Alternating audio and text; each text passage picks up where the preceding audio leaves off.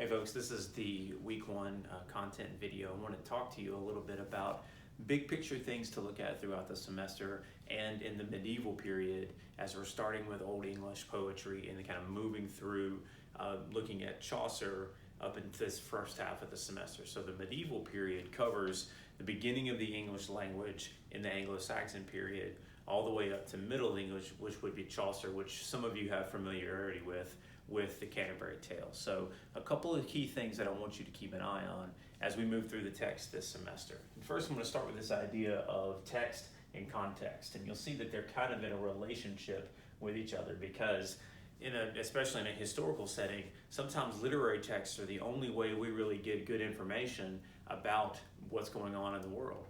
And oftentimes what's going on in the world will inform how we should read the text. And so we're going to look at that relationship between text and context throughout the world. And as a big part of that, what we want to think about in this class and really in this period is these kind of major ideas of what these texts tell us about the people's view of God, about themselves as people, how they view the world, and what's going on with the English language during this time. So it's important to note early on that the English language is really an amalgamation, which is this gathering of different pieces together to form a language. So the Anglo-Saxons came over and pushed out the Romans. And so and the Anglo-Saxons are Germanic tribes. And so the structure of their language is what modern day English looks like is modern day German. In 1066, in the Norman conquest, the French came over and took over the courts. And all this time you had the church language, which was Latin. And so even in its earliest phases, you start to see these elements come together in English language. And what we're looking for really is that Anglo-Saxon English during this time. That's what we're reading this week. But we should also know that like what we read in Bede is in Latin. And really during the medieval period and up until around the Middle English period, when the English language really starts to make inroads into being the language of the culture, you can kind of make a division like of the courts, like of the ruling classes, the language would have been French. Of the outer areas, the language would have been early forms of English. And then in the church, you have Latin as well. And there's a far deeper and richer history of English here, including information or words coming down and things coming down from the Norse people and the Vikings that came over. But we don't have a lot of time for that. But if you wanted to look at it, there's plenty of information available to you both online and in your textbook. But it's important to remember that the idea of English as a language and really as a language of art or of beauty is something that starts to grow. It's not automatically assumed. You'll see that as we read Bede. Bede kind of struggles like, should I translate this poem? And when he's looking at Cadman's hymn. So just keep that in mind as you read through this, that English, because of how frequent it is around the world today, we know, we can see it. A lot of stuff is written in English, but this was not the case early on. Lots of languages predated it, and it kind of forms out of those languages together. So as we see that language grow out, we see how people are interacting with God, their views of God. We see how they interact with each other. We see what they view on the world. We're going to look at literature not just as a historical object, but a way of thinking about the motivations of people. So a lot of times history texts can give us the information that happened, but when it comes to how people feel, what motivates them, what are those driving forces, we need things like literary texts to tell us what they find valuable. And so we're going to continue to look at all of these things really throughout the semester, but it's particularly important during this time. Okay, so as we move through this particular group of text, I want you to keep an idea on kind of four key ideas: responsibility, mutability, community, and purpose. So responsibility. It's important to see that a lot of these writers, especially the openly devotional texts, will place the English people as the chosen nation of God, similar to connecting to the Hebrew origins or the Jewish people as the chosen people of God. And because they see that as a blessing, what ends up happening is they say that we have a responsibility to follow God. And as a result, any sort of suffering that comes in the world comes because we have not lived up to that responsibility. And God is bringing judgment against the sins that we've committed. That's very rich throughout these texts and on further. Mutability is the idea that life is always changing, right? That there's nothing in the world that's particularly static, that stays the same, that everything is moving around. And we'll see that specifically in the elegies, the wanderer, the wife's lament of, as they are mourning what has been changed or what has been lost, that there's always this idea of change and nothing except God stays the same. Community, what is your responsibility, or what is our responsibility to the other people that are close to us, to our families, to our fellow knights, to our fellow people? What sort of responsibility do we have for them? How are we living up to that responsibility? There is no such thing as this isolated person working only for himself or herself. It all goes in to benefit the community, and as a result, the community should also benefit that person. And then we think a little bit about purpose, and this is really true of any text, and really a question that all of us might be asking at any point, certainly as you're working through your college degree. What is my purpose? What do I want to do with my life? How do I want to grow? What is it that guides me? What is it that I want to see throughout my life? So we're going to look at these. This really is, we're going to talk specifically about the medieval period. You could take this and put it over any literary texts, any sort of historical period. You're going to get the same important conversations happening. So I look forward to kind of seeing how you explore these ideas within these specific texts. So I want to talk for a few minutes about each one of the texts that you're going to look at this week, so that you can just have a little grounding for what you're doing. So you're looking at Bede's work, and what's going on in a lot of that is just this kind of Christian history of the nation. It's what ecclesiastical history means, of the church.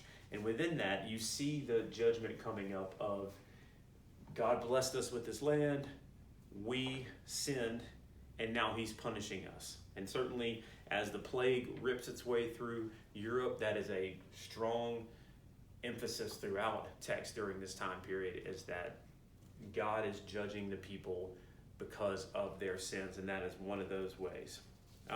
As you read through these conversion stories that Bede presents to his readers, notice that conversion is not this idea of, okay, well, I believe these propositional truths, therefore I am this. So if it's Christianity or Islam or something like that, it's, I believe, a lot of modern view is, I believe in these propositional truths.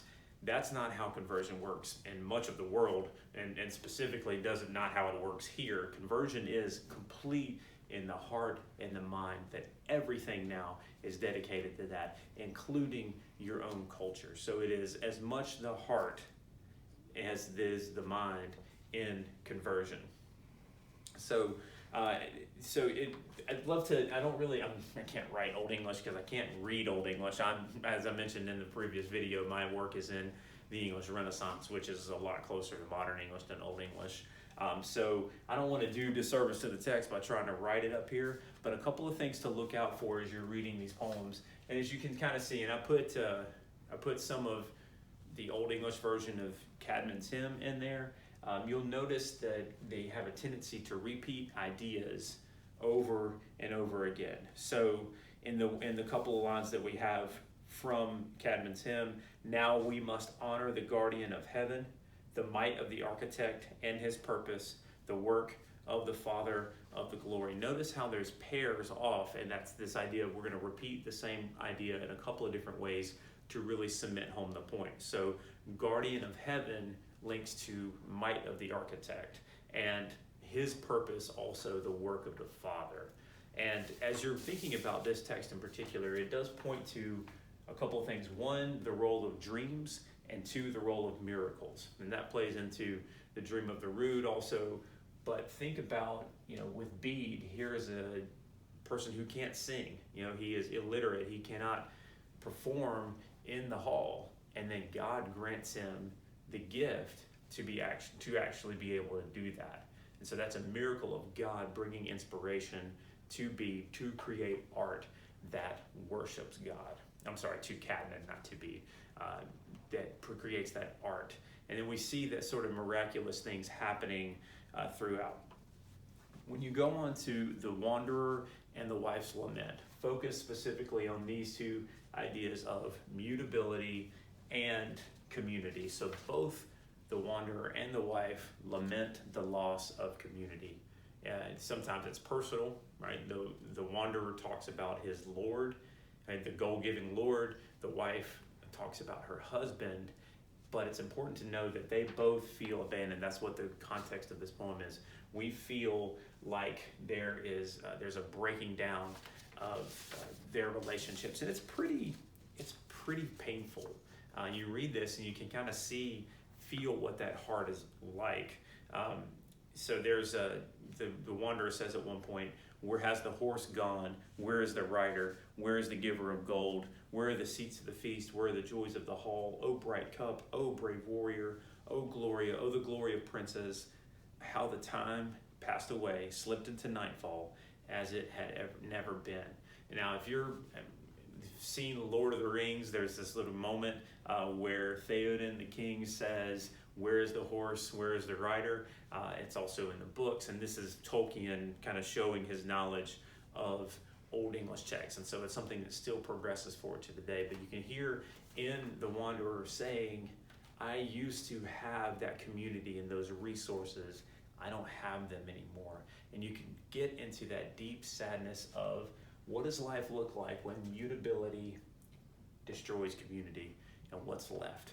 Maybe I'm floating out in the water, metaphorically or even literally, with nothing. Or in the wife who says, "I'm completely abandoned and have nothing here because I've been left."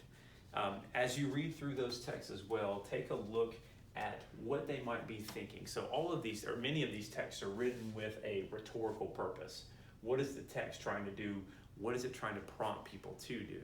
Both the Wanderer and the Wife's Lament have some notion of, especially in the Wanderer, have this notion of, I'm returning to this, what is not mutable, what is unchanging, God. We have to, no matter what happens in life, we have to continue to turn our hearts to God as the only thing that doesn't change. So in The Wanderer, he says at the very end, "It will be well for one who seeks mercy, consolation from the Father in heaven, where for us all stability stands." And so that lesson of losing that community is realizing that the only true thing that doesn't change is God himself. So pay attention close to that. And then finally, for The Dream of the Rood, this is a really kind of cool poem, or written as a dream narrative of someone who dreams and sees the cross of Jesus, and the cross tells its own story of how it got to be who it was, what sort of area that it's in now. And I think it's always a kind of an interesting thing to read. What does a crucifixion look like from the perspective of the cross itself? So take a look at that, and also think about how, you'll read about this in the introductory materials, how important things like iconography are. Something like the cross, and lots of people wear crosses today. It's still a part of our greater cultural understanding. Even if there are fewer Christians now than there were then, the cross is everywhere. So thinking about what that iconography means and what it means to put something like that into a voice of something that was there, not just some people. And again, what sort of idea that the writer had in telling this story. So I'm looking forward really to thinking about it and reading through these texts with you to kind of see what you think and where you're coming at and what your whole understanding of their perspective is. Remember, as you write about these texts, I am not looking for you to agree with me or to have an interpretation that I think is the best interpretation even. What I want you to do is say, I find this interesting and I can support it from the text. That is the key parts of what we're trying to do here. That's the key part of learning. I don't really want you to focus on getting the right answer. That's the wrong approach. The right approach is to think about what can I argue here? What can I value here? What sort of stance can I take that I can support with the text? And then we'll figure it out from there. I can't tell you how many times my perspective has changed on any one of these texts. Oftentimes what happens is I find an idea, I pursue it, I think it works, and then I read somebody else that completely changes my mind. But I would have never gotten to that place where my mind was changed if I've never made my mind up in the first place. So make a claim, support it, and present it well. Then be willing to listen to other people's claims and see, you know what, you might be right. Or I think you're wrong, but here's why in specific ways. So I look forward to reading your work. I look forward to seeing more of you and doing more of these videos. I hope that they will get better. I'm new to this video recording as much as you guys are in a lot of ways. So we'll see. But I do know that I'm excited about this opportunity, and I'll talk to you soon. Thank you.